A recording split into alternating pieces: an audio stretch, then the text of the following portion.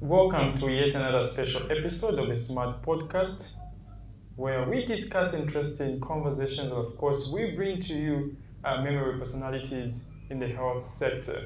Today, on the Smart Podcast, we are joined by one face that speaks health and, of course, delivers service health to many of the Zambian people, and now at provincial level. It's a voice that speaks and keeps on inspiring many young professionals, especially doctors.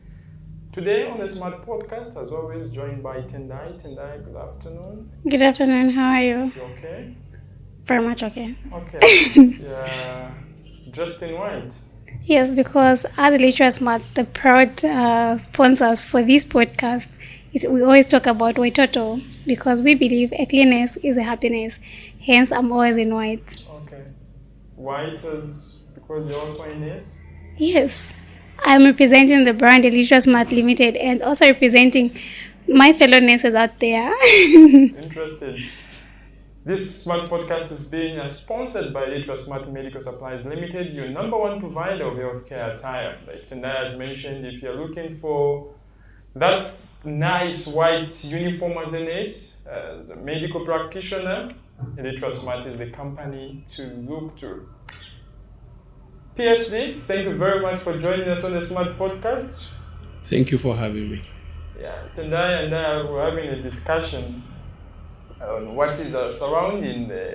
We have a lot to talk about on this seat, and we are glad that you found time to sit with us so that we can dive deep in those conversations. But maybe just for starters, who would want to take you back to where it all began, for you to even enroll in this medical field, to become a medical doctor. But just share with us your early life experience, your education, where you grew up from, and the kind of childhood you lived back then. Thank you so much for having me. So, that's a very packed question. Yeah, and let me start that first. I'm honored to have had very good parents. I lived in a very stable home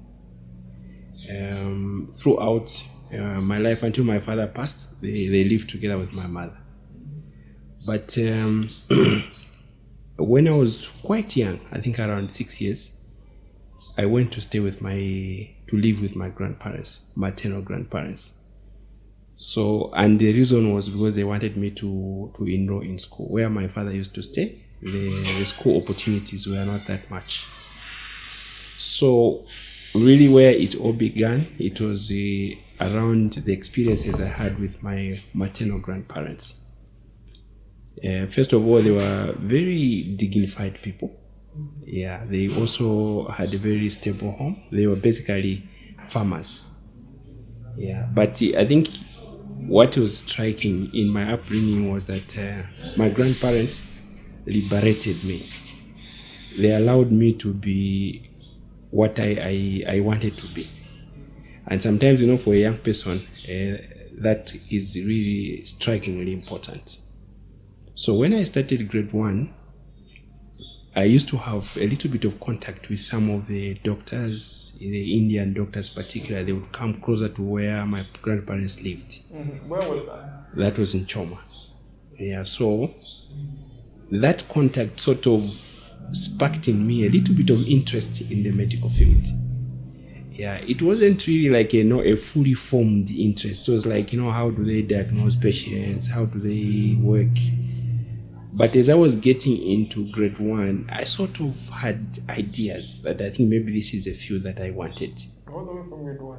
Yes. So I remember when I was in grade 1 or grade 2, a teacher actually asked all of us in the class, those usual questions, what do you want to become when you grow up? And for me, at that point, it was more or less straight. But I really take it back to my grandparents. I think they allowed me as a young person to think through a lot of options that even at that age I could think of.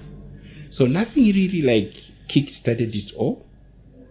But when I look back, I think that my grandparents, they played a role. in allowing me to sort of link myself with those Indians. You know, they were not part of our community. They just used to come, but I felt a bit attached to them. So that's where really my interest kind of started. Yeah. Interesting. Did you now in your effort, you have mentioned grade 1, the interest, and you have that line of sort of wanting to become a medical doctor. Did you at any point have other thoughts? Did you want to change what you wanted to do? Not really. And even at that point, even if I'm saying I wanted, you know, when you are so young, even, you know, medical doctor, doesn't really, like, you just know these are people who treat sick people. Mm-hmm. You know, so yeah, they found in hospitals. So you're not really exactly sure that it's being a medical doctor. But I wanted to be sort of in the medical field. Yeah. So in terms of a kind of moving away from medical career, at some point as I grew up, I had a bit of interest in journalism. And this is because at the time, particularly in secondary school, I was a very good debater. So sort of that interested me in sort of being, you know, a communicator of sorts. Yeah, so at some point I thought maybe I would be a journalist, but I think medicine really never came off the list. Yeah, so that was the only sort of distraction I had to sort of think of another career. Otherwise, for me, from the time I grew up, I've been more or less, you know, like focused on the medical field. Yeah. Okay. Yeah. Now maybe just share the aftermath of grade 12. Now you are done. Results. You're waiting for the results, and you're about to apply. What happened? Okay, so when I completed grade 12, I think at that time I had sort of grown up, and I had you know, ideas as to how I wanted my life to be. You know, and fortunately also I have to mention that I was in a mission school, very conservative, very sort of religious setup. You were packaged in a certain way in terms of, you know, how you looked at your career. Yeah, so by grade 12, and I was also kind of talented as a student. I was sort of a very good student generally. So to get into a medical school was not really a problem for me. By the time I was getting the University of Zambia, I was actually quite clear with what I wanted to do. So it was a question of what exact options I would take. For example, I remember when we were at UNZA, in terms of applications, we were first, they say, what's your first choice? And my first choice was medicine. That was now in, I think it's coming from first year to second year. I also had selected vet medicine as my second option. Okay. Yeah, and my third option was biochemistry. But I was very much already more or less decided what I wanted to be. Yeah, so it was medicine for me, even at that stage when I was at the University of Zambia. Interesting. Yeah.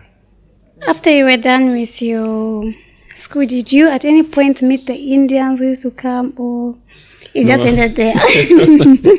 No. I think the Indians, I was so young then. And, you know, I'm using the word Indians. It's really possible that they were not actually. They could have just been some other people, but obviously of a lighter skin than me. So I never met them. But the only interesting thing I remember, that clinic where I used to meet them was quite close to my grandparents' place. Okay. So when I was graduating as a doctor, my grandmother, she was alive. She was still living then. She said, you know, why don't you, when you finish school, you know, you come and work at this nearby health center? Yeah, so it was very difficult for me to explain that actually, you know, at the level of a doctor, probably I cannot function properly at this nearby health center where I used to see the so-called Indians. Oh, okay. Yeah. You earlier on mentioned that you were at the mission school. Which mission school was that? So this mission school is called Skalongo Mission School. It's in Choma district. Yes, it's under Brethren in Christ Church. Okay. Yeah. So you grew up from Choma. Yes, up to yes. Most of the education, secondary school. Yes. From that part. Correct. How was the transition from you moving now from Choma? Of course, you've grown up from there and spent most of the years, maybe the first 18, 20 years there. You're moving to now Lusaka, the University of Zambia, as a student. How was the feeling? How was that transition like? Very interesting. And I'm glad you asked that. Very, very interesting. And I think this is one thing that sometimes, young people who are coming from across the country, sometimes we don't really take time to know what they go through. So, academically first, I'll start with the sort of academic challenges. It was the first time when I met people who were very competitive. You have a collection of young people from across the country, very brilliant young boys and girls in one place. So the competition, I remember, in natural sciences was very stiff. You found people that were really good students. So for me, that was like the first time I was fully stretched as a student. Like, you can meet guys that are really like brilliant.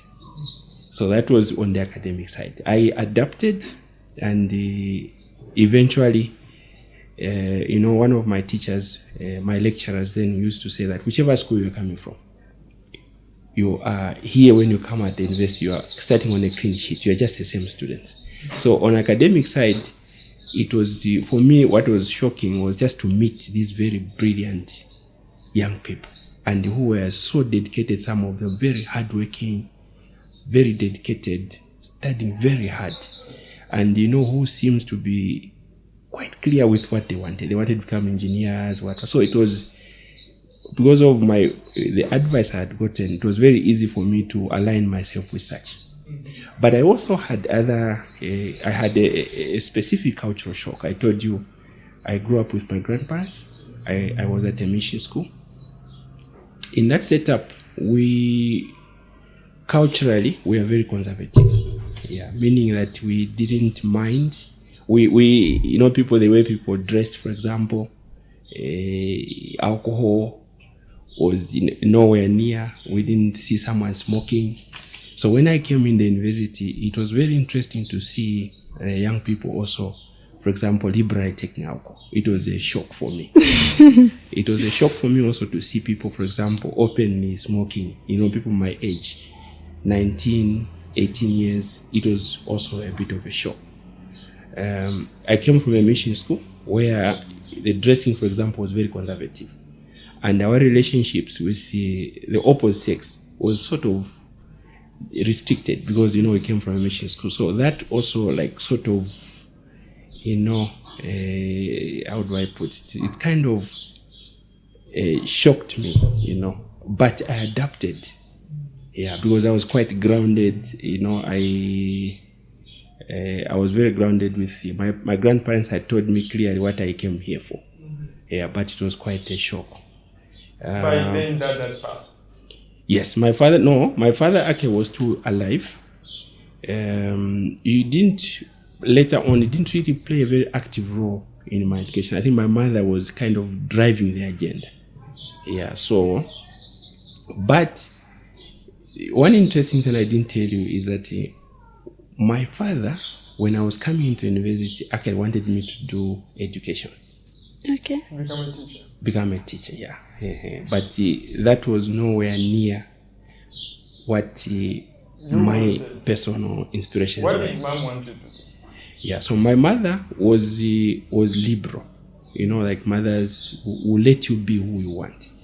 She didn't box me. She just said, for you, just work hard, be what you should be. Like, what my heart wanted.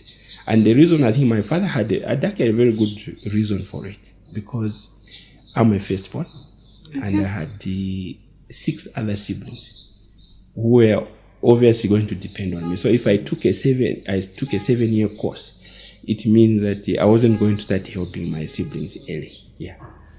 But what happened. I ended up pursuing what I really was down my heart. Yeah. It turned out that later on, I will explain something that I actually ended up lecturing at some point. So when I started lecturing, then I remembered that My father actually had told me to be a teacher. And here I am. Later in life, I'm actually teaching. So basically that's what happened. And my mother really allowed me to be who I am. She just let me be. All she did was to support me. And that is also one principle that I have also for my children. I think what lies deep in your heart is probably where your life really lies. Yeah. What challenges did you face for the next deployment? And how long did it take for you to be deployed? Because when you look at it now, it will take people to stay home for quite some time for them to wait for deployment. Yeah. So back then, how long did it take for you to be deployed? And where were you deployed? And how was it for you? Okay, so I was just nearby here at the regional campus. So when we completed, like in December, your results are out in December. By January 15th, the following, like 2 weeks later, I was deployed. I went to work at Ndora Central Hospital. I went there for my internship. When you graduate as a doctor, you are already more or less very mature. So you've gone through university education. So there are very few things that can kind of distract you. So at that point, the main issue was really what do I specialize in? What do I focus on? At that point, when I was graduating, I actually thought I would specialize in internal medicine or pediatrics. So those are the subjects that really were very close to my heart. And I really used to take a lot of interest in learning them. So that's what I thought I would be. Yeah, but when I started working, realities hit.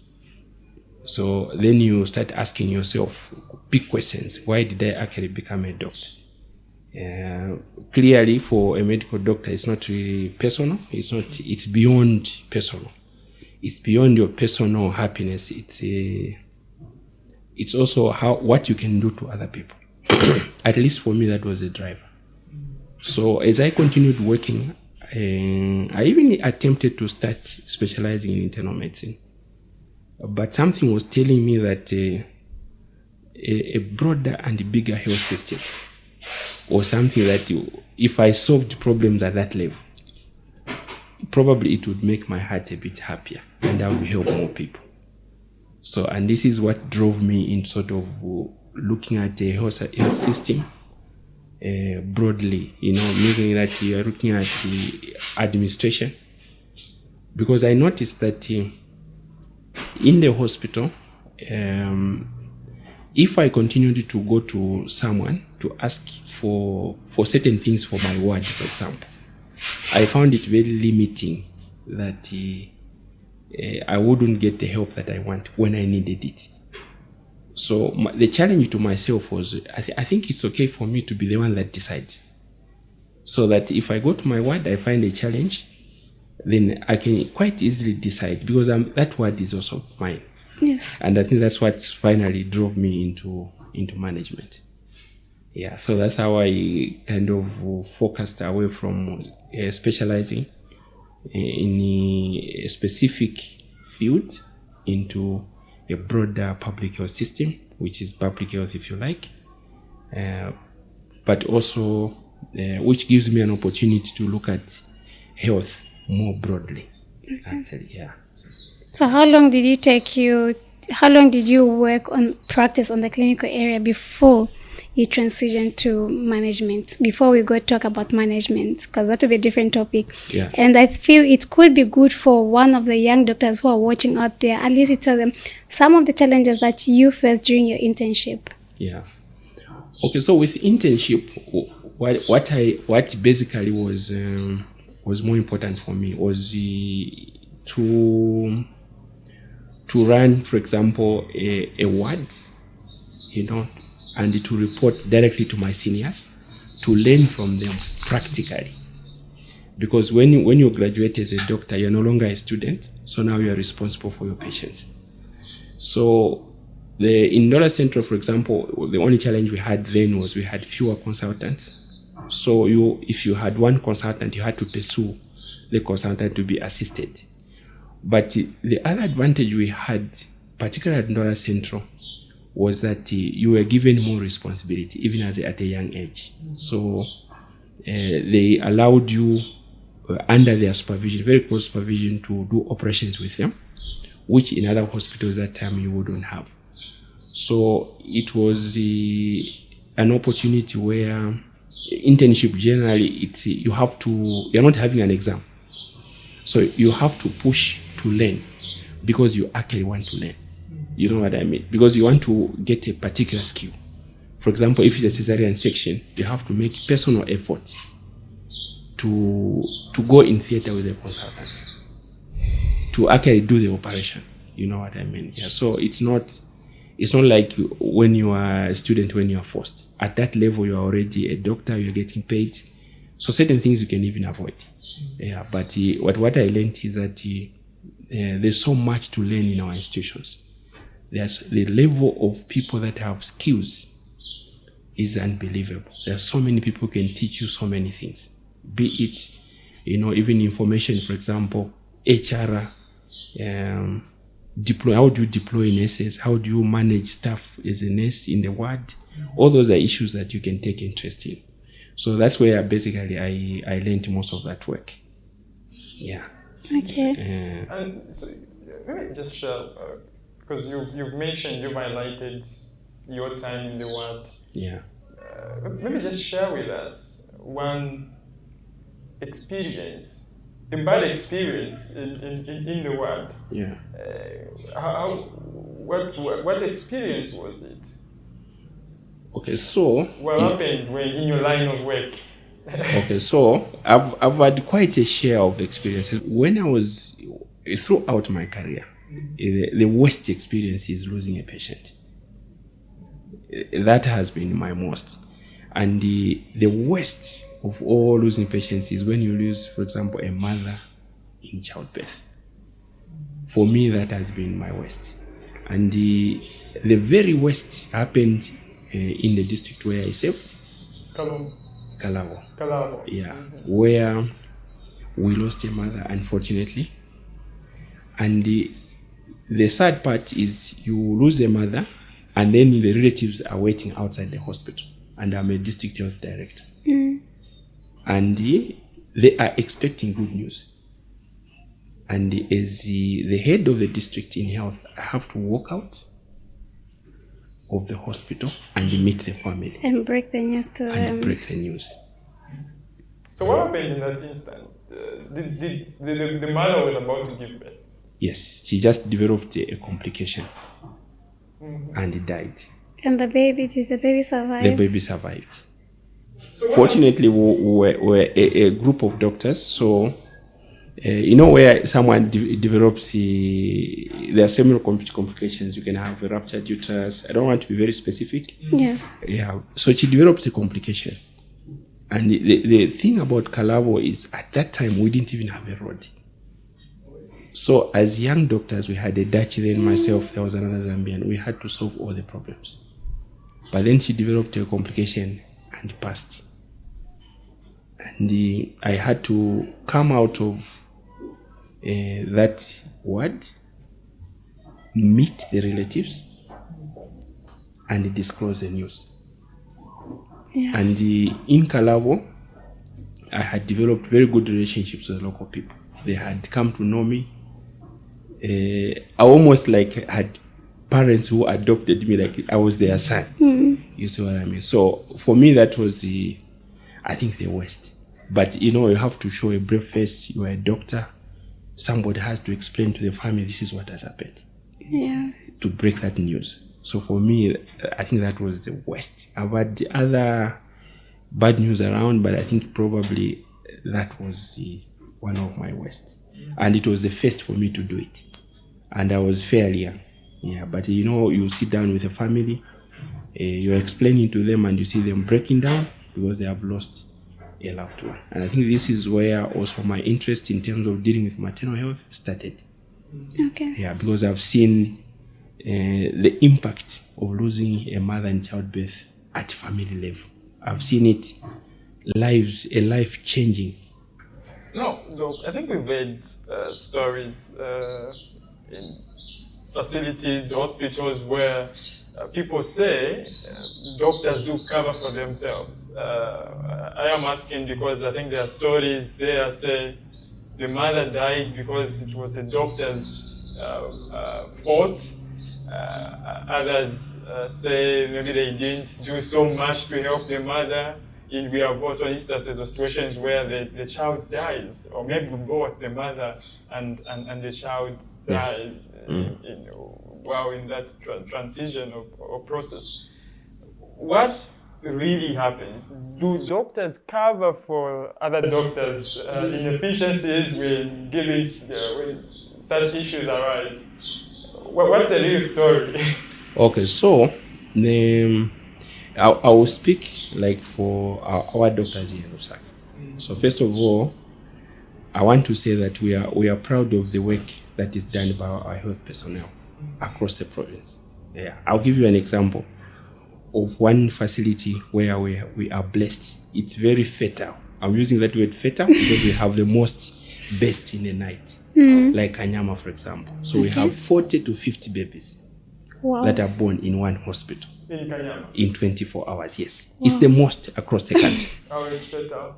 Very. Yeah, I call it blessed. We understood the term saying go here and multiply. Yes, exactly. It's a very blessed place. But the flip side of things is that our staff sometimes do get overwhelmed, like genuinely overwhelmed. And this is why we try by all means to ensure that they are fully supported by the system. So, I don't think there's a doctor who can on purpose do something unethical. Yeah, like covering a clear error. No. But we have systems in place. That's why we have what are called regulatory bodies like HPCZ. It regulates our practice. So when there's a suspicion of such kind of conduct, our regulatory bodies will verify the facts.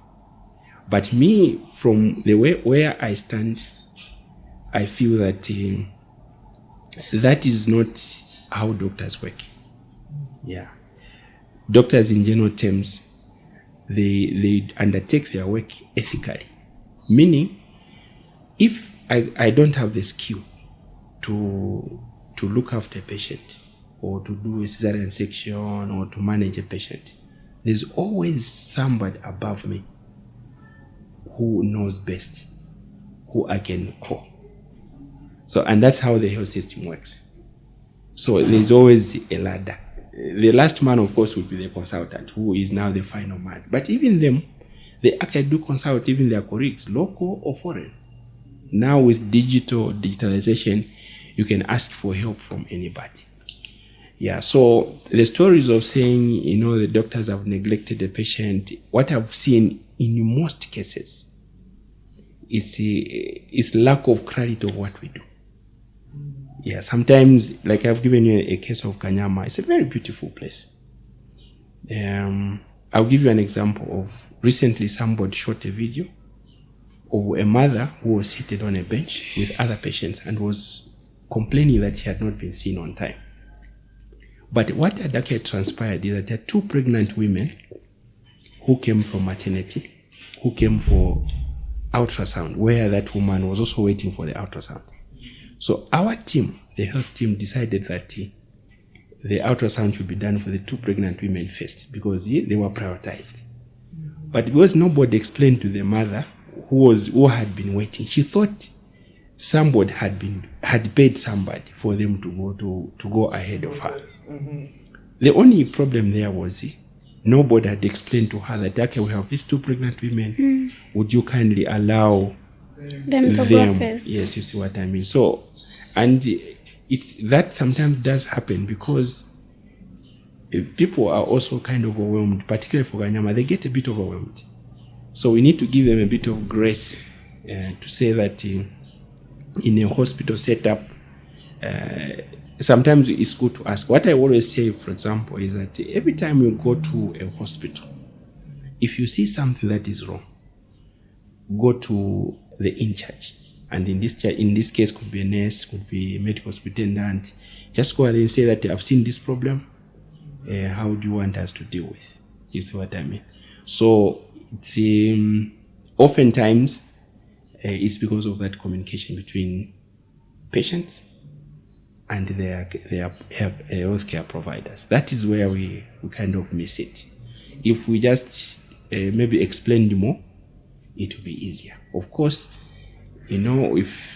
when all our hospitals, if you look at Lusaka, they tend to be crowded because of our population. It's very big. You go to Kawata, you go to Kamwala Clinic, you go to Mutendere, generally find high numbers of people because of the population. So there are systems that we put in place to try to ensure that we clear up the lines. But sometimes we will not clear the lines as fast as each client really wants. So we need to work together with communities so that we can provide the health services that the community deserves. Interesting. Yeah.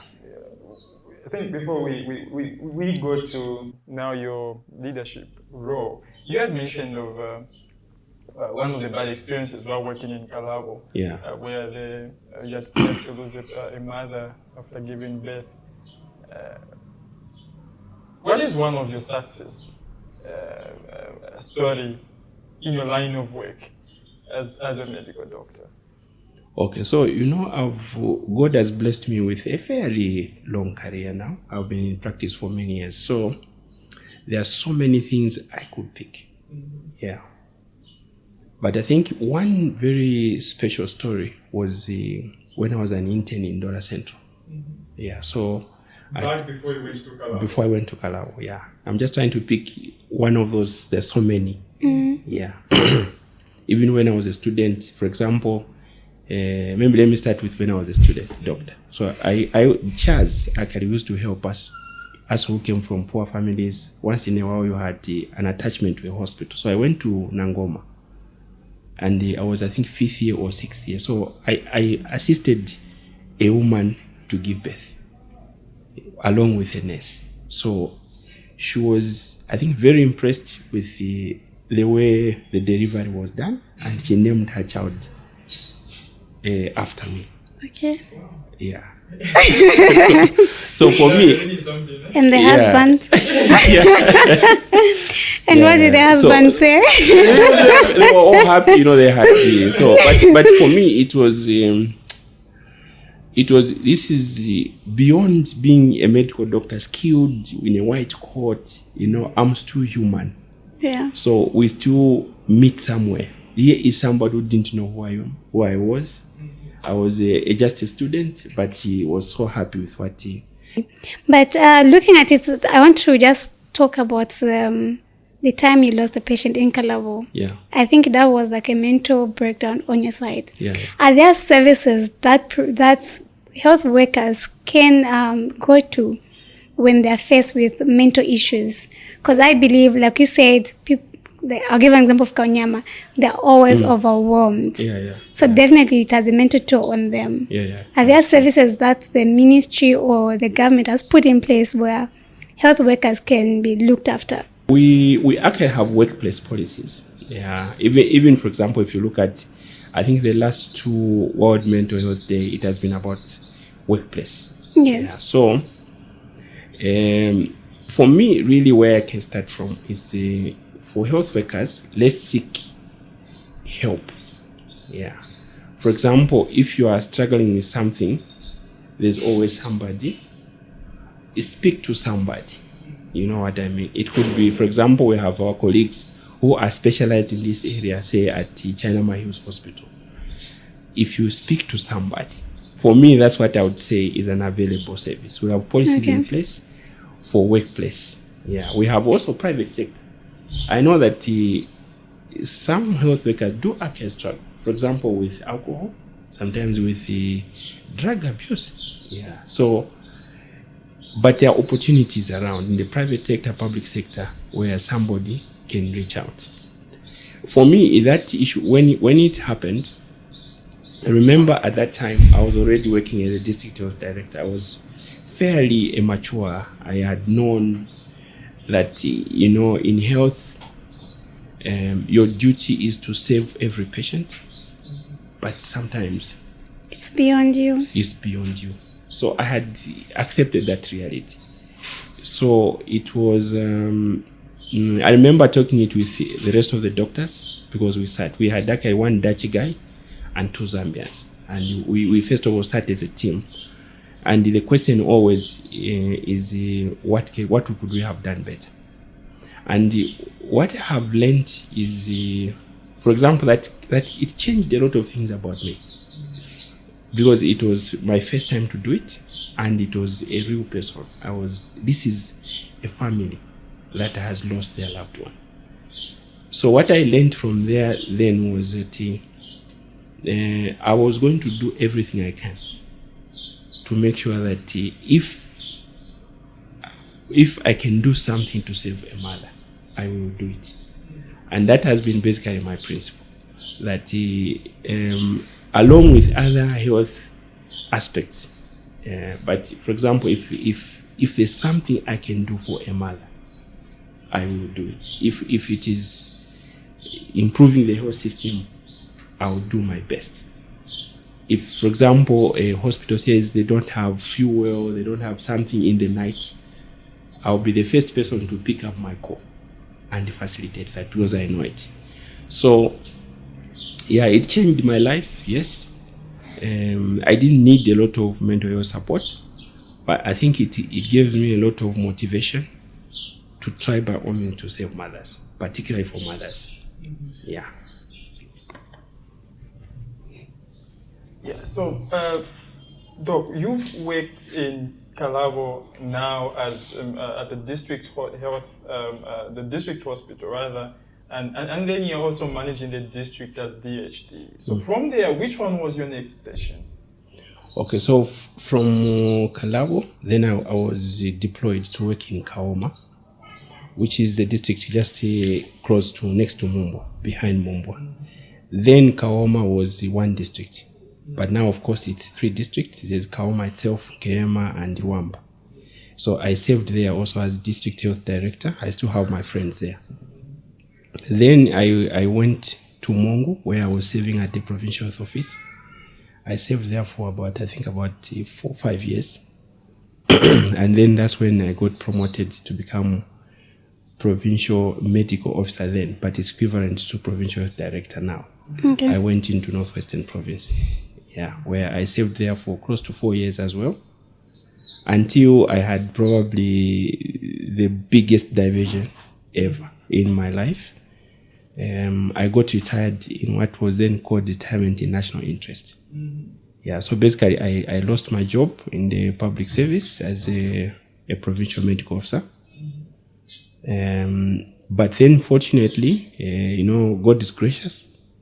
I found a very good job at one of the USAID funded projects, which was called GSI. So I served there at GSI, firstly as a regional director. Then I was elevated to a deputy chief of party. But then I came back to government, where now I'm serving as the Lusaka Provincial Director. But I've had this opportunity of seeing, like, working across the country. When I was in the NGOs, for example, I worked a lot in Lusaka, Kabwe, in Central Province, Eastern, Northern Muchinga, and also Luapula. So that's where I actually learned the entire geography of our country. So I've had this privilege. The only place where I wouldn't say I have really worked is the Southern Province. But even there, I've had a lot of touch working there as well. So basically, that has been the career journey. Interesting. Yeah. Let's take it back to Northwestern. Yeah. You had an interesting stay. You get a promotion to go to Northwestern. Yeah. And then you work for around 4 or 5 years down the line. Yeah. And you are retired for national interests, as they put it. Let's talk about that experience. Yeah, so it was, I would say, I think it's the West experience. Yeah, I can just say that we are glad now we are in a different sort of space. Nobody has been retired in national interest. it is something that I personally went through. You know, if you are at 41, 42 years and you are retired, that's too early. You are not prepared. Your children are not prepared. So it was quite a terrible experience. You just wake up one morning and then they tell you that actually you are retired in national interest. What national interest means is that ideally you should be like, for example, you should be promoted after you retired national interest. If you're in the civil service, you are joining a contract, maybe PS or diplomat. That's what would happen. But if you are retired and you are out, then you know it's very hard because you are really not ready. So it was a tough experience, very, very tough. Yeah, but I think God was very gracious. I had a very supportive family. My wife was always there with me. My children, they didn't understand it at first, but I think they eventually understood it. Yeah, and I found another job, moved on. And this is what I also encourage young people, that from my personal experience, nothing should really like break you completely. You know what I mean? There's always a solution to the problem that you have. If you look around, there's always somebody who has a solution to your problem. There's someone who can advise you. There's always an opportunity somewhere where you can turn things around. Because that experience for me was, imagine, I told you that I had a very smooth academic life. Through university, you know, the only challenges I had maybe were probably more financial. But we were, during our time, supported by bursaries. So we had a very smooth academic life. I didn't have, it was all the way through university. And then I get deployed, I get promoted, and then the whole job has ended in one instant. So, so how long did you stay without finding a job after you were fired as PhD? Okay, so that time we had a lot of projects that were funded by the American government. So it actually didn't take me a long time. In fact, what happened was I received my letter. I remember it was on the 6th of December, 2016. Yeah, so I sat down with my wife and said, okay, no, how can we probably cannot settle here. Most of our things are in Lusaka, so let's deploy to Lusaka. So within like 2 weeks, I was here. Then here in Lusaka, my wife, again, you know, is when God has blessed you with a good wife, keep her well. So that's my advice to young people. Yeah, because she advised that, okay, maybe you need to look for something to keep you going. Because for me, my thoughts were, because I'll be paid my retirement package, why don't I focus on other things? But herself, she just had this instinct to say, no, I think you look for a job so that even when you get your money, you have something that you're doing. So she's the one that actually advised me to say, maybe look around. And I remember one afternoon, I was just taking a walk around. And I was moving around, you know, in Bowlen. Yeah, just taking a walk around. Then I decided to call one of my colleagues who was at the same school. He was a year ahead of me. So I called him to say, no, this is my situation. I don't know if you have any opportunities.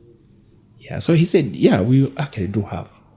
So we have an advert running, so you can apply. So that's how I applied. That is like 2 weeks after getting that retirement. And then I think on the 16th of January the following year, they actually called me for an interview. So I was retired on 6th December. 16th January the following month, I'm in an interview. And fortunately, I was successful. Yeah. So by 1st February 2017, I actually had a full-time job. Yeah. But this was a different setup because we had a lot of work that was being supported by USAID and CDC.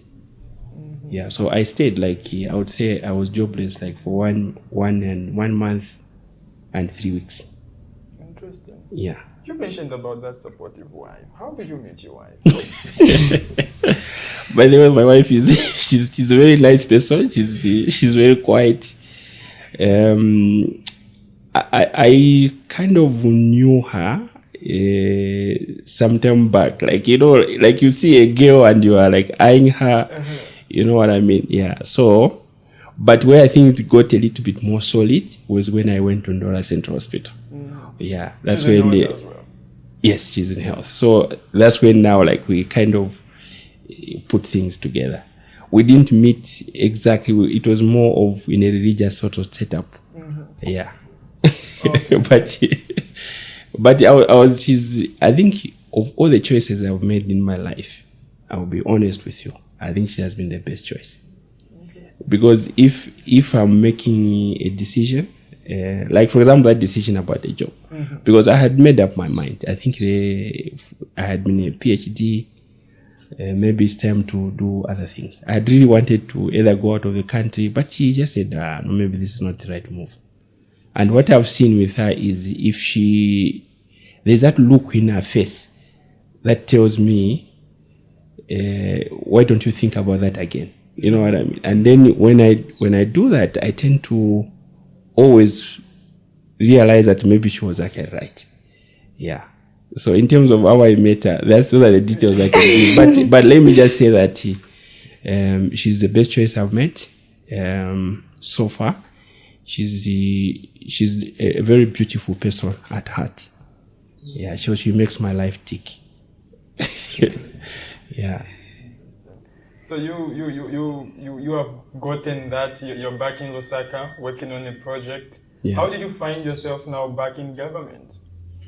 Okay, so in the background, when I continued, being very participatory in the Zambia health system, because I had a job, I had a platform to work. So I think a lot of people, they knew me, and they knew that what had been done to me clearly was unfair. Yeah, and they were reviewing cases. Remember when the government came on board, said, okay, everyone who felt they were not treated right, you can submit your papers. And they were actually looking at each case individually. Yeah. And so in my case, they found that I had just been completely and unfortunately victimized. Yeah. I had risen through the ranks. I had worked hard. I had not stolen anything from anybody. There was clearly no case. And I had done my bit in terms of working for my country. I had served in a rural area. Even when I was out of this public service, I continued working in my country. So I think this is what led one thing to the other, because it was bringing back people that were unfairly removed from the system. Yeah. Okay, that's really an interesting story. And I think after the podcast, we shall sit behind and listen more. So now we move forward. We talk about the current situation. Yeah. So what's your honest take on the current health force? Like the pipeline in Zambia, are we producing enough quality health professionals, and are they well supported? Okay, so let me look at it from two sides. The first side is that the young people, the nurses, those health professionals who are training now, they have a lot of advantages compared to my time. You literally have your library on your phone. You can access anybody, anywhere, anytime in terms of getting information. So from that perspective, because of so much resource at your disposal, in terms of your reading resource, in terms of linking up with your friends, the quality obviously is better. Yeah. But also, there are areas of concerns. For example, in terms of the training sites, sometimes there are congestions, so sometimes maybe some of the students may not really have the practical skills. But I believe for young doctors, like it was with me, when you are doing internship, when you are working on the ward, a doctor's journey of learning doesn't end. So I think the quality is okay for me, as long as what we are producing is ready to continuously learn. Because medicine is going to continuously change. Careers will evolve. Now we have talking about climate change, which in my time when I was studying wasn't really an issue. Yeah, but right now it's a big issue. Yeah, so my view is the current young people, on one side, I would argue that they have an opportunity to be of better quality than us. But they have to take up the opportunity. Because you have your digital information, you have all this. But also because of some of the other vices that we have seen. For example, we have a lot of alcohol use among young people, which is my personal worry.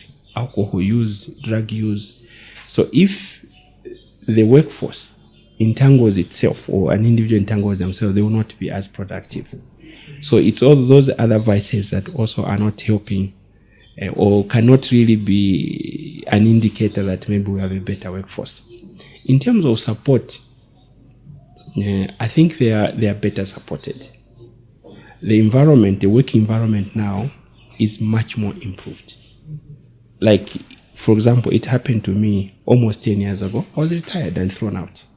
You see what I mean? But now, nobody can just throw you out of the job. For me, that's a very big advantage. It means that even when you look at your terms and conditions of service as a public health worker, the conditions there, a lot of things have improved to take care of healthcare needs.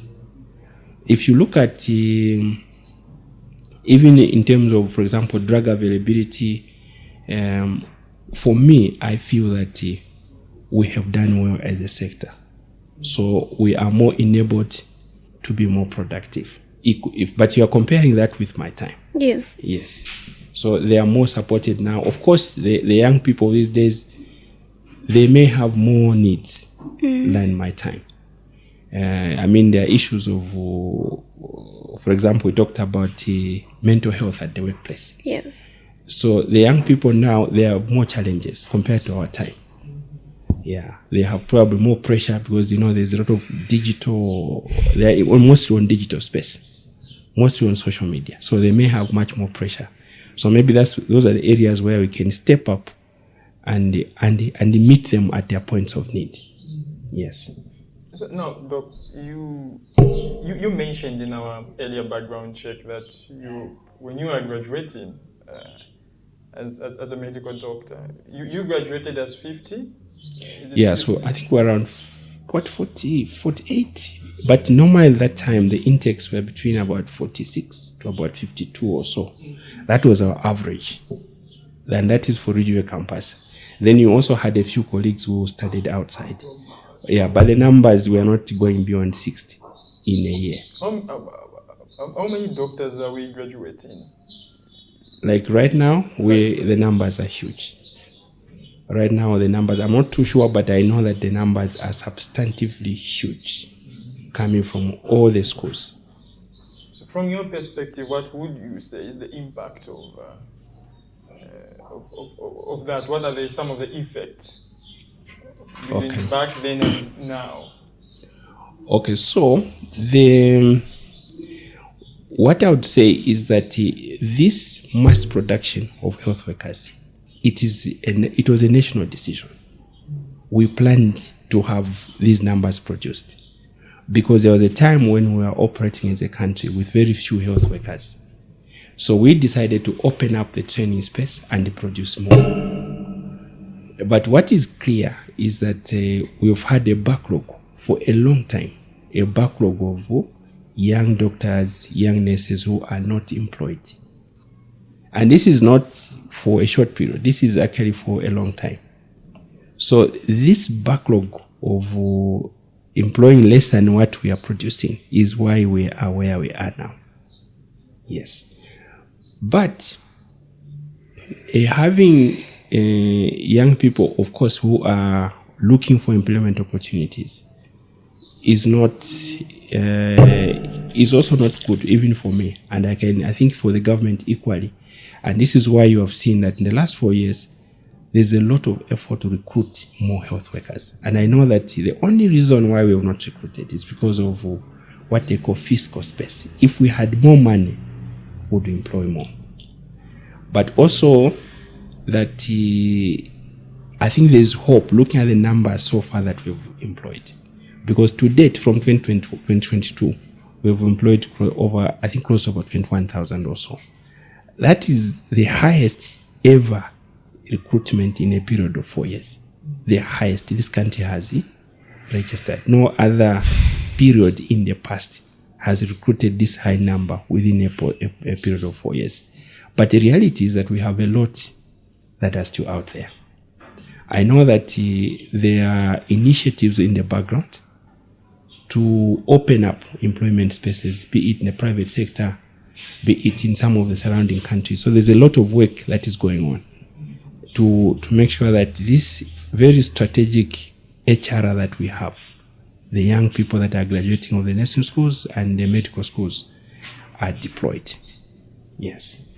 So what initiatives or maybe other avenues should young doctors, especially those ones graduating, look at to maybe briefly or simply sustain themselves? Because I think it's open to almost everyone. That of course the government cannot employ every doctor, every nurse who graduates. Maybe especially for the young doctors who graduate. What other things, entrepreneurial avenues can they look at so that they can briefly sustain themselves even as they wait maybe deployment in government service? Okay, so there are many avenues that can be looked at. We know that even in the private sector, there are also opportunities there. They may not be available for these that have just newly graduated because they still have to do internship. But also we've seen a number of young people who have done internship on voluntary basis, and then they get a full registration, and then once you have a full registration, opportunities open. You can now work anywhere. So for me, what I learned, remember I told you at some point I lost a job. What I learned is that do not restrict your choices to only maybe one sector. It should be open. For example, if there's an opening in the NGOs, for me, you can step in there. So what I would encourage young people is that you look around for any opportunity. Even as I sit here, I also invest. I also do businesses. You see what I mean? Because really relying on my job only probably will not sustain my children when I'm, for example, off work. So for me, really the best is for those that have completed their internships, I think exploit every opportunity. If there's a job out there that is put up, advertised in the mines, in the NGOs, go for it. Yes, and if it's an interview, go and do well. Because now, the jobs are obviously very competitive, so you'll find very stiff competition there. So business, obviously, of course, like here where we are, at Elitrasmart, these are young people that came up with innovation. So there's no harm coming up with a business idea and run with it. But also, if there's an opportunity in the NGOs, an opportunity under the UN agencies for doctors, for nurses, people should go for those. Gone are the days when people said, it's not very good to go and work in an NGO. I worked there myself. I had a fair life for almost 5 years. No, I never asked anyone to feed my family. I was very happy. I had all the basic needs, but I had a job in the NGOs. So that's what I would also encourage. Don't lose heart, because things definitely will get better. And looking at the rates at which we are employing, I think that we should get better. There will be obvious need for more advocates. Remember, at that high level, Minister of Finance, they are looking at all sectors. They are not looking at doctors. They're looking at teachers. They're looking at everyone. Sometimes it's our voice, the substance of our voice as we advocate to say that we need more of our staff. That's the way we can get a bigger cake. Mm-hmm. That's how I look at it. Okay. No, Doc, also in your line of work, I think you've mentioned quite a number of places you've worked. From Kalabo to Kaoma Mungwi, Mungu, yeah. and northwestern, relatively rural areas, as per se. And now, even before you started in Lusaka. Now we are looking at this young doctor who is done with school, and then they are deployed to go and manage a facility, a hospital, in a rural place, maybe far away from where they are coming from, the Copper Belt, Lusaka, and then they are sent to Shangombo, Chama, Chiengi. How should young health professionals treat these deployment? Because you've heard of cases where a nurse has been deployed in Chiengi, in Chama, or maybe another far place, a rural place, area, and they abandon the assignment or the deployment and they do not go to work at that facility. How should young health professionals, either a doctor, a nurse, a midwife, or any, treat and receive such assignments?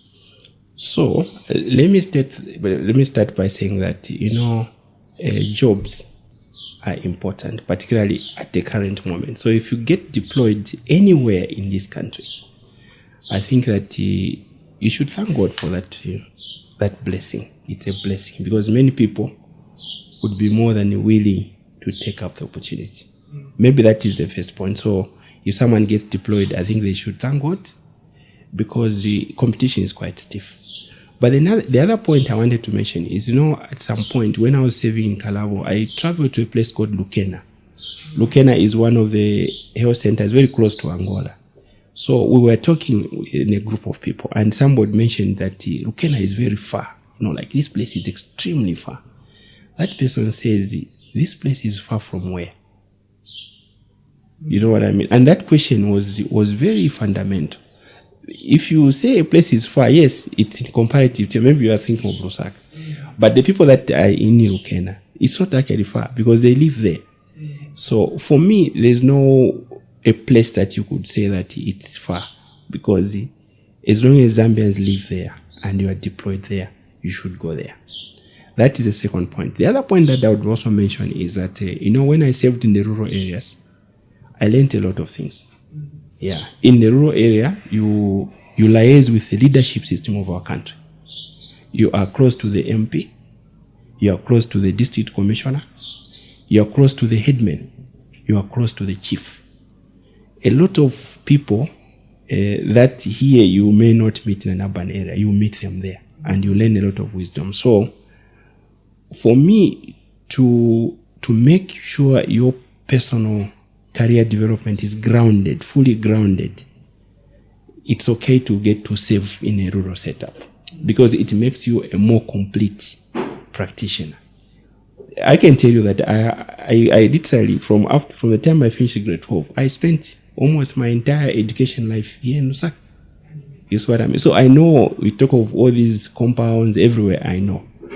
But I also know that when you go out in the rural areas, there's a lot you can learn from interacting with ordinary people.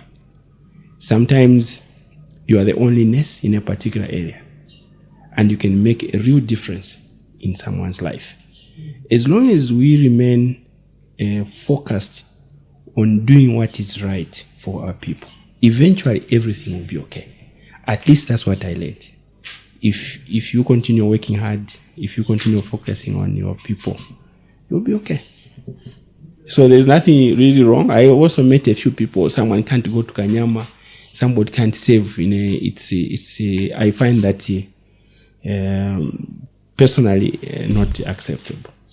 Yeah, because first of all, a job is a privilege. Second is from the health perspective, we are all out there to provide the service. Why you are deployed into Mpulungu is because government has seen your service is needed there. So the situation of where you go to Mpulungu, then 2 months later you're asking to come back, I think that we should not be doing it as health workers. So my encouragement is that if you really want to rise up in your profession, in fact, in my time, we were encouraged. After you do your internship, you do what's called rural posting. When you do rural posting, you get grounded in the system. You get to know how a health system works in terms of finances, procurements, all these drugs, the supply chain systems. Once you come in contact with those, then you are ready to lead at even a higher level. Because if you are coming from school straight into an office, I can tell you that the health system is very complicated. You may not be as grounded as we would like you to be. Okay. Interesting. So you read for yourself if you're posted to go to Lukulu. Lukulu East, Shangombo, Chiengi. I've been to these places there. Yeah. Doc says they are pampas compared to. Yeah.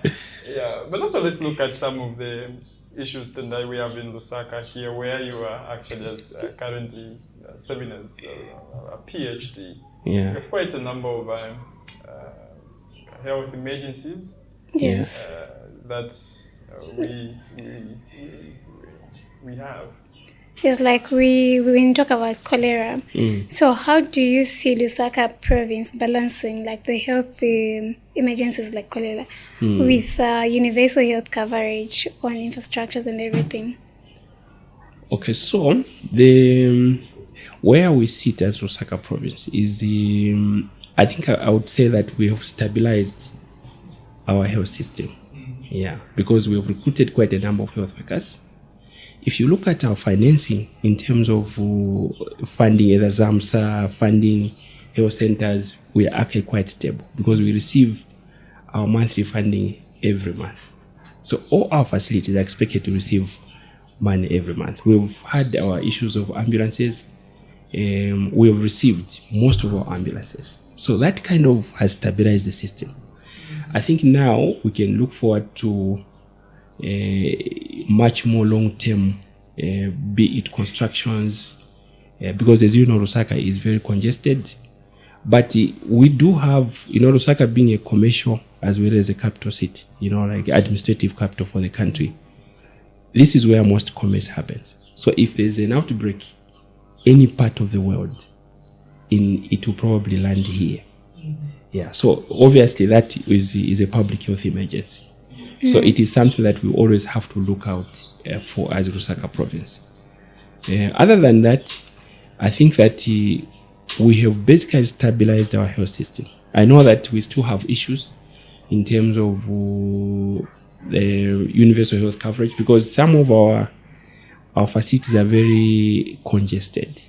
You go to a clinic like Kawata, Mtendere, they're quite crowded. And this is because we need to open up more service delivery points across the city. Yeah, so that also constitute a kind of a blockage, or is a hurdle towards the universal health coverage. But I think that in terms of our health emergencies, we've done fairly well. There are a lot of other things we need to improve. Our ambulances on the road. Sometimes we have people that block our ambulances moving an emergency. So all this we need to work together as a community to help ourselves to balance between universal health coverage. But when you talk about universal health coverage, we have to look at our indicators also as Lusaka Province. We are doing very well across all our indicators. If you look at childhood immunizations, we are doing very well as a province. If you look at our population, there's a lot more we could do, yes. But I think that we are not in a bad state. And this is because we've gotten the support that we've been asking for from government. Yeah, I can tell you a place like Kanyama, for example. Kanyama's funding from Minister of Finance actually increased last year. And this is responding to the population that is high in Kanyama. And across Lusaka district, we now have 7 sub-districts, which is according to constituencies. All this is meant to decentralize service and achieve universal health coverage. Yeah, but I think so far we've balanced very well. As we move forward, I think we are really like in a place to achieve a lot more as a province. Interesting. Yeah. Now, I think the government has made quite announcements. 2,000 health workers will be recruited this year. We are expecting another recruitment to come next year. Don't know, around maybe 6,000. My memory serves me right. PhD, you sit on a table that's and I think in your career, you've been involved, you've been in leadership positions where you sit on a table that is recruiting or mentoring young people so that they are able to find jobs, be deployed, so that they get to serve the Zambian population well. What should a young doctor, a young nurse looking forward to be deployed have? What qualities do you look at when you're evaluating these names, deployment, recruitment, or whatever? What are they supposed to look at? What should they focus on? What do you look at? What do you focus on? Okay, so in terms of recruitment, first of all, it's a process. For us, it's done by a committee called Human Resource Management Committee, and it's a committee that is the duty we carry out is a delegated duty. Remember, your letter says you are employed in the name of His Excellency the President. Yes. So it is the Civil Service Commission that actually employs staff. Yeah. And I can tell you that from the interactions I've had, it's first of all a very fair and a very transparent process. Sometimes the talk that you may hear is because people are not privy to how the process is done. From what I saw myself, there's no discrimination.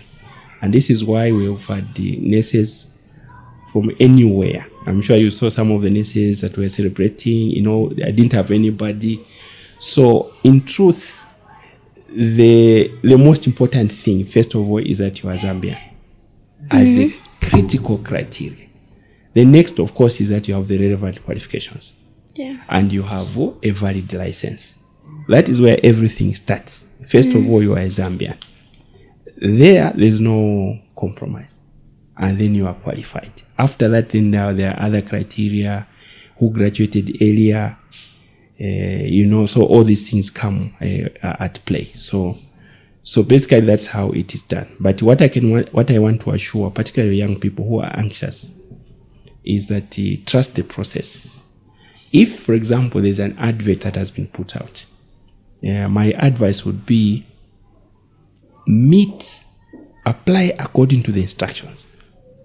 So sometimes you find someone applies, then a document X is missing. You see what I mean? Or there's no attached certificate from, say, for example, General Nursing Council. Because there's nobody who can employ you if you don't have a valid practicing license. You see what I mean? So you must make sure that your license is there. So for me, is when an advert is put up, like it will be put up, follow everything that is there. Make sure that you follow it. Yes, and don't be cheated. Particularly for young people. Sometimes I've seen, there's a lot of pressure. There's nobody out there who is going to be getting money to employ you. If they are there, just know that they are scammers and they are crooks. Yes. Okay. Just follow the process the way it is. At least for Lusaka Province, I can confidently say. And I know for other provinces also it's the same. My colleagues, of course, the issues of if you are in a province, a rural province, you want to employ someone that you can see. You see what I mean? Sometimes that is it. So if somebody is volunteering in a place like maybe Mansa or Muchinga, and then you are applying, you're in Lusaka here, you are not in Mansa, they will probably like to have, they can see the guy there in Mansa. Yeah. So this is why sometimes also where you are applying, you should go there. You see what I mean? The earlier question that we asked, that when you are deployed, you take up the role. So I think the message for me is that we asked me what criteria. The criteria really is that you should be first Zambian. You should have the correct qualifications. If you're a doctor, present documents as a doctor. And if you have to have your licenses correct. Because in health, we can't employ without a valid practicing license. Yeah. We have volunteers who tried far that after working as a volunteer, they haven't been deployed. What's the story? Okay, so remember that like now we have quite a number of people that volunteer, but also the other aspect that you have to understand is that volunteering is costly. So probably maybe somebody who doesn't come from a family who can't afford to give you transport may not be able to volunteer. You see what I mean? Like there are some people who can be taken to UTH, do internship or do nursing, but it's not everyone who can manage. You're getting the point. Some people can actually not manage, and I think that looking at my own background, I would probably say that either myself I would not have been managing because that's a lot of expenses. Yeah. So even though there are volunteers, I think we have to look at the broader aspect of recruitment. Volunteering is not the only criteria. So there are other criteria that I've mentioned, including being Zambian, when did you finish training and all this. Yeah. So, and also what we encourage our volunteers is that I think that when you see, that's why you see employment in the public service is very strict. They follow very strict rules. And the process is audited by so many agencies. The wings are there as we employ. So you can be sure that what comes out of that process is what all these agencies have validated. Yeah. So sometimes the idea that I'm volunteering at a particular hospital, so nobody else should be employed except myself. That again, you need to ask to clarify, for example, why you are left. Because volunteers now really there are quite so many. So you may have a place like a clinic and there are 5 volunteers and there's only one job. So 4 will be left, one will be taken. Yeah, so those are some of the issues that are really there. But again, my message would be what I've seen from the side of government is that they're very intentional, they're very determined to ensure that they absorb as many young people into public service as possible. I think that now that we've seen a stabilizing of the health sector, the economy is better. I think we should have more recruitments in the future. Yeah, because the numbers we've seen so far in these past 4 years have been very encouraging. And I think we continue on this trajectory. I think within the next 5 years we should be okay. That's how I feel. Yeah. So no issues of paying someone for you to be deployed? No. If you find somebody who is going to demand for payment for you to be deployed, is a scammer. You heard, Mr. Kalava. You find somebody who tells you to pay, there is scammer. Yeah. As the deployment is very transparent, make sure you just follow the rules. The way he's put it, make sure you have all your documents. This goes out to those who are going to try their luck for these 2,000 nurses and doctors. Health workers are going to be deployed right now. Make sure you have all your documents together. Make sure you have a valid practicing license so that you can be one of those who can be part of the 2,000s. Yeah, others are desperate and they look at using other avenues so that they can get that job because they have stayed 5 years without being deployed, others 6. But I think you had mentioned in our earlier discussion where if you stay 7 years, you would have done something else. You would have used your other skill to venture into another activity. Correct. Yeah. That's why I even mentioned saying where we're seated here, Elitrasmart's group of young people came up together and set up the business.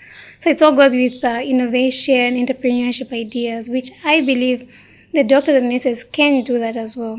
Yeah, and many thanks to Elitrasmart Medical Supplies Limited. We are here seated to host this podcast because they are the main sponsors of our podcast, where we discuss inspiring stories in the health profession and, of course, other sectors to see to it that we just try to inspire and motivate the young Zambians out there so that we can become a better people and then also make sure that we heal our country so that we can move forward and stabilize our economies and be able to live happy lives. Even as we conclude a PhD, you've mentioned been practicing as a medical doctor for quite a number of years, and you've rose into these leadership positions now where you're PhD for Lusaka Province. What would be your way, as we conclude, to young doctors, especially for those ones in school training to be medical doctors in the nearest future, and those ones already practicing in hospitals, who might see, what should they see this profession? How should they see it and view it the way forward? Okay, so thank you so much. So the medical career first, broadly, be it nursing, be it medical doctors, environmental people, I think for me, I would say that it's very rewarding, and from several angles. Yeah. One of the angles, of course, is that it gives you an opportunity to save your people. Like for me, that's what has given me the most satisfaction. I chose mostly health systems, particularly leadership and management. And the reason was because I felt that was the space in which I could save more people. But remember, I also mentioned that it's fairly rewarding. You have many opportunities there. As long as you have your skill, you have your purpose. Most importantly, your skills. But I think also let's underline the word that the skills for a doctor or for a nurse need to be adapted to emerging trends. You can't you graduate and then you are still in the same space. No. You have to learn new things. So for me, really, what I would encourage young doctors, young nurses, is you have an average of about 30-year career. That's a long career. I think it can actually reward you. But beyond that, you could save your own family, your own community, and you could get satisfaction for it. At least that's what I have gotten. That I can say that every time I wake up, I'm happy to do what I do. Which is, if, for example, there are problems in the health center, I don't have to be told to go and solve them. It is something that I do with joy, because it's a career that I'm proud to belong. Yeah, but it also has its own challenges. Like for students, you could have issues around school fees. For me, I also had that challenge. So it wasn't, what was smooth for me maybe was the academic side of things. But in terms of school fees, I had challenges most young people have. I didn't have parents who were rich, but because I worked hard, opportunities fell my way. I had scholarships, for example, 1 year in the university, I never paid school fees. And that year I didn't have money. But because I was doing very well in that university, they exempted my school fees. So for me, if you push yourself, you work hard, avenues will open. At least that's what I have learned. And the opportunity, someone out there will step up for you. If you have a bursary, you are deployed, after finishing your school, you go to whatever place, Pulungu, you go to Lunte, go there and save. Because when you save, opportunities will open. That's what I have learned. Given a chance to do another career, medicine or journalism? Yeah, so having gone through up to where I am, I think I would probably do the same. Yeah, I think the journalism bit was, I don't think I would have been as fulfilled, because also, there's my internal self as Dr. Choonga, my internal self as a person, like to say, okay, this is what makes me happy. And for me, what makes me happy, for example, is to see a well-functioning health system. For example, if it's at a hospital, my patients are happy, my staff, they are working hard. If we have a problem, we are able to solve it together. That's what makes me happy. So I wouldn't want to say much about it. I know the other careers also, there are people who are able to do it, and they are very happy. And I really am happy for them. But for me and my other fellow professionals, this is our profession. And one of the things also is, we see people, sometimes they are very sick. And sometimes we literally resurrect them. They may have tumors, swellings, which surgeons remove. They may have broken bones, we repair. People come back to productive lives. That's what makes us happy. Yeah, so for all these young professionals, hang in there, work hard, do your bit. If you are a student, study hard. And if you have to be top in the class, don't be shy, be top. Because when you are top, by the way, a lot of people will remember that this guy was a top student. Yeah. Even 30 years afterwards, you see what I mean? So, but the other bit that I would encourage young people is alcohol. Is not helping the young people. Yeah. If you have to take your alcohol, do it responsibly. Let it not interfere with your normal life. Don't do drugs, because honestly speaking, it takes your high will take you literally nowhere.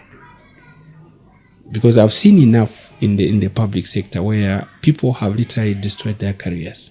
So I also encourage young people, stay away from alcohol abuse and drug abuse. Just stay away from there. Yeah. Interesting. Your staff, how would they describe your leadership style? I think that's it's a tricky question. But you remember also, as PhD, your work is to make sure that, first of all, your clients, who are your patients, and the communities are happy with the service. So to make that happen, you have to have different kind of styles of leadership. It's more or less, if the situation demands a democratic decision where we sit together and agree, it will happen. But if it means a voice has to be raised from my end, then the voice will be raised, because sometimes things have to happen. You see what I mean? So I'm not really like in one box. I like to describe myself as a situation, sort of, depending on what the situation demands. For example, if we have funds to do a procurement process, I don't want us to debate when we should have it. Like in terms of, when, prolonging and all this. I would like us to make a decision. Let's have a procurement at 10 hours. Round up all the people that should be in the procurement, and let's have it. Yeah. So for me, really, that is the kind of style that I am. I'm very practical. I like to solve real problems. And through all my work, I see obviously my patients. And I know that my staff, I see them too. And we are basically just the same. When I get into the health centers, I'm happy to mix with them. When we are delivering together as Lusaka Province, everyone is happy. But if we are not performing in one area or another, I think we say it to each other so that everybody knows. Yeah. And how would your colleagues describe your work?